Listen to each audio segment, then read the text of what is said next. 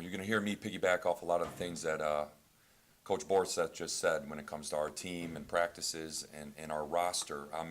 Obviously very excited. I think most of you know I'm a very high energy, passionate person that gets excited for the college basketball season to roll around, and I know Media Day kind of kicks it all off. So I'm at my favorite point in my coaching kind of career in a sense, or throughout your year, is when practice starts. I mean, that's what we live for as coaches, to be on that floor with our players, coach them up in areas and see improvement. So we're kind of in the mix of that right now. Our roster is obviously probably our deepest roster we've had, in my opinion. I'm excited about the talent from top to bottom. It's extremely competitive right now. We have we obviously have 4 seniors back. We have 4 starters returning. We have Josh Humphrey, Greg Mays, Al McKinney, and obviously Kiefer Sykes as our seniors that have shown great leadership so far in practice. And now we return Carrington Love and Jordan Faust as our juniors. We have sophomores in Tevin Finley, Turner Botts, and Kenny Lowe, and Big Henry. And then we got 3 freshmen in Karam Cantor, Khalil Small, and Deshaun Francis. So we have a very interesting roster from top to bottom, all very competitive young men, versatile players that can play multiple positions, offensively and defensively, and are very fun to coach on a day in and day out basis. So we're obviously excited with our roster this year as a staff, and know that the upside for this team is good. I think we can only improve, and right now we have a lot of improving to do, but we have really no limit, I think, on how much better we can get if we just stay the course, embrace the process of the day-to-day work we have to put in, because we do have a lot of guys that have good upsides and are real raw in some areas that are learning a lot right now. But our schedule's challenging. I mean, we kick it off, second game of the year. Our home opener is November 15th, and we go on the road to Wisconsin, who's obviously a top 5 team, top 3 team. That's going to be a great early challenge for us. We play, like Coach Borseth said, we're down in Florida too, playing a great non-conference exempt tournament and challenging ourselves. We open up with East Carolina, and then possibly could play a lot of winning programs, a lot of programs with a lot of tradition. So we're going to be challenging that exempt, and then we're going to be on the road to teams like Georgia State, who I think nationwide has a great respect going into this year, have NBA caliber players. That's going to be a great challenge, playing Georgia State twice in the non-conference, then playing at Miami Hurricanes in the ACC. So again, we challenge ourselves as non-conference to prepare us for the Horizon League, play some winning programs that are favored to win their leagues, and get us battle tested going in the Horizon League. So we're excited about that opportunity in non-conference. And then league play, it's hard. Like I said, what Kevin said, it's hard to speculate right now. A lot of new faces in our league, a lot of good freshmen coming in, coaches I have a great respect for. A lot of the coaches are tenured kind of in our league. We've been around, we've played each other, so we know that there's going to be talent. We know that they're going to be prepared. And then once that ball's tossed up in the Horizon League, as our players know, yeah, you can get beat any given night. Any given night, if you don't show up and play well, you can get beat. So Horizon League is going to be very, very entertaining and high-quality basketball and a great product on the floor, as usual, this season.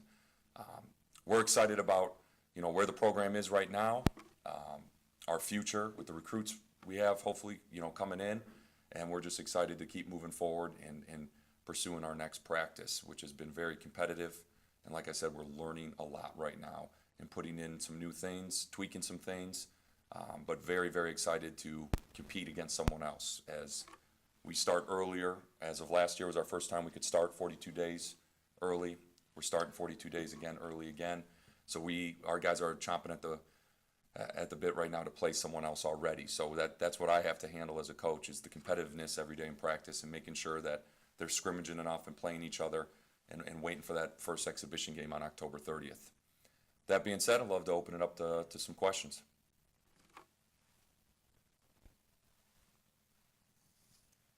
Ryan, obviously the goal is always to make it to the NCAA tournament, but with this team, with Kiefer being a senior, with you guys falling just short last year, is it almost a must to make it there this year? Well, I don't know. I don't know if anything's a must. I think we have our vision as a group. We talk about it. We visualize where we want to go. That's obviously to contend for a championship and put yourself in position to win the conference tournament like we did last year. You got to have a lot of things fall your way. I think obviously with us, you got to stay healthy. You got to stay healthy as a group. You got to win the close games. I think we did a stat last year in the Horizon League. I mean, there was double-digit games decided by 6 points or less. I mean, it's so close and competitive. There's so much parity in the league that you got to bring it every game and hope that the ball bounces your way sometimes. So a lot goes into your season, but down the stretch, there's no doubt we want to contend. We want to put ourselves in position to be there again and definitely finish it off stronger than we did last year. And I know personally it was a motivator for me this offseason a little bit, and I know it motivated a lot of our players this offseason too, is to get back in that gym right away, get back in the weight room, and get back to work, because we still have to reach our vision as a group. I know you've had a few months to prepare not having Alec Brown, but how does this team change and this offense change and the defense change without having that 7-footer in the middle for you guys? Well, obviously Alec had a great career, was a great player. I think any coach in our league would take Alec right now again, but we do have a lot of talent on this team, and that's what's exciting. Our young guys, Henry and Karam, that we brought in, size, weight, strength, I think they can add some dimensions that Alec had. Henry with shot blocking and rebounding, Karam, very highly skilled player. You got Al McKinney. When I go to my seniors, Al McKinney and Greg Mays, very talented forwards that can play multiple positions, that can I think increase their points per game total up 2 to 4 points. Jordan Faust, who's worked tremendously hard this offseason to improve himself in the scoring area. Carrington Love. So it's not one man that's going to pick it up. I think it's going to be a group of guys that's going to pick it up. But we definitely have tweaked some things with Alec. I think a lot of some of the set plays we ran, or our majority of our offense, floated with him picking and popping and spacing the floor or diving into the post. So we've tweaked some things to fit this personnel better. And we have a high, kind of flying, high energy group. So we're opening and trying to open the floor up more, create some gaps, create some angles for our guys to get in that paint and really cause some damage. And I think so far, when we're clicking offensively and executing and being a little patient in practice so far, I like what I see. Brian, do you get the sense there's more hype around your team this year, and is that a good thing or a bad thing? That's a great thing. I mean, that's what you want. We're all competitors. I'm very competitive. We've recruited a group of competitors.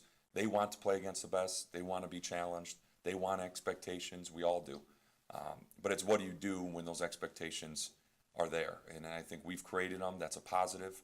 We embrace those expectations, but we also understand that those can go quickly.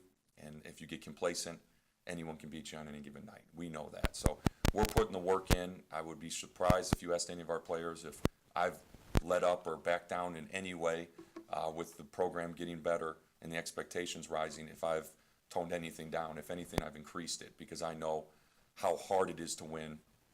I tell them all the time, if winning was easy, we all would win.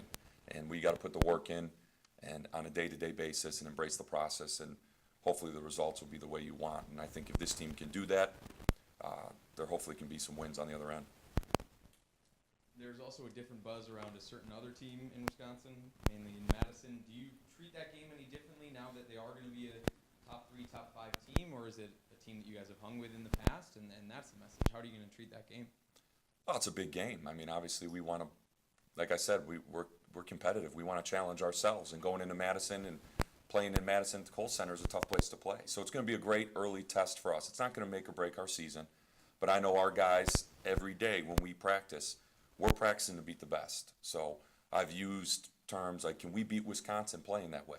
And they know, and our veterans know, because they've been there. They've been in that game with 30 seconds to go or 2-3 minutes to go, and we're up and we have the game, and let one slip away here and there and not make the big plays down the stretch. We know what it takes to execute and beat good teams.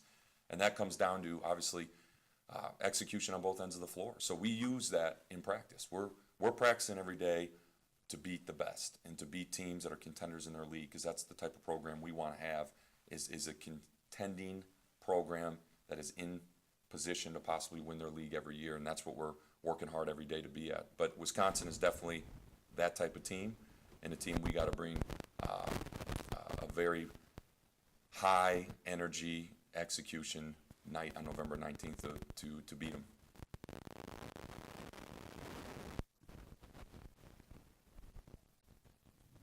Without Alec, are you more athletic, and do you have to play more guys to play the kind of tempo you want to play? It's a great question. I think right now that's our game plan. Is we got to play a little bit faster this year. We're going to be a little bit more aggressive in areas defensively. We have great depth so far. I've been very excited about.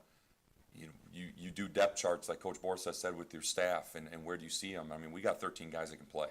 There's no doubt we have 13 guys that can play right now that can help us win.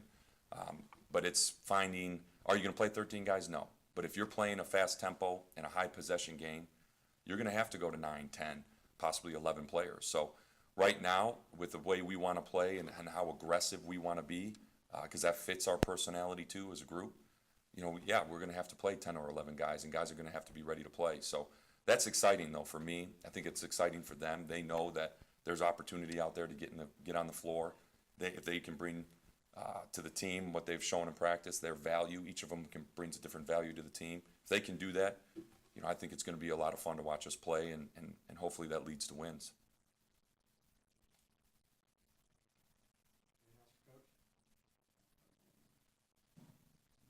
With the expectations that Kiefer has, and he's obviously shouldered the load every step of the way at this point, but the pressures that are on his shoulders at this stage, how does he handle it? How do you anticipate him handling that going forward? Well, I think last year he handled it pretty well, being, obviously high expectations for him going into his junior year, and he played very well. I think he turned it up this offseason. I think he made a jump in everything he did when it comes to working in the gym, working in the weight room, being in the training room.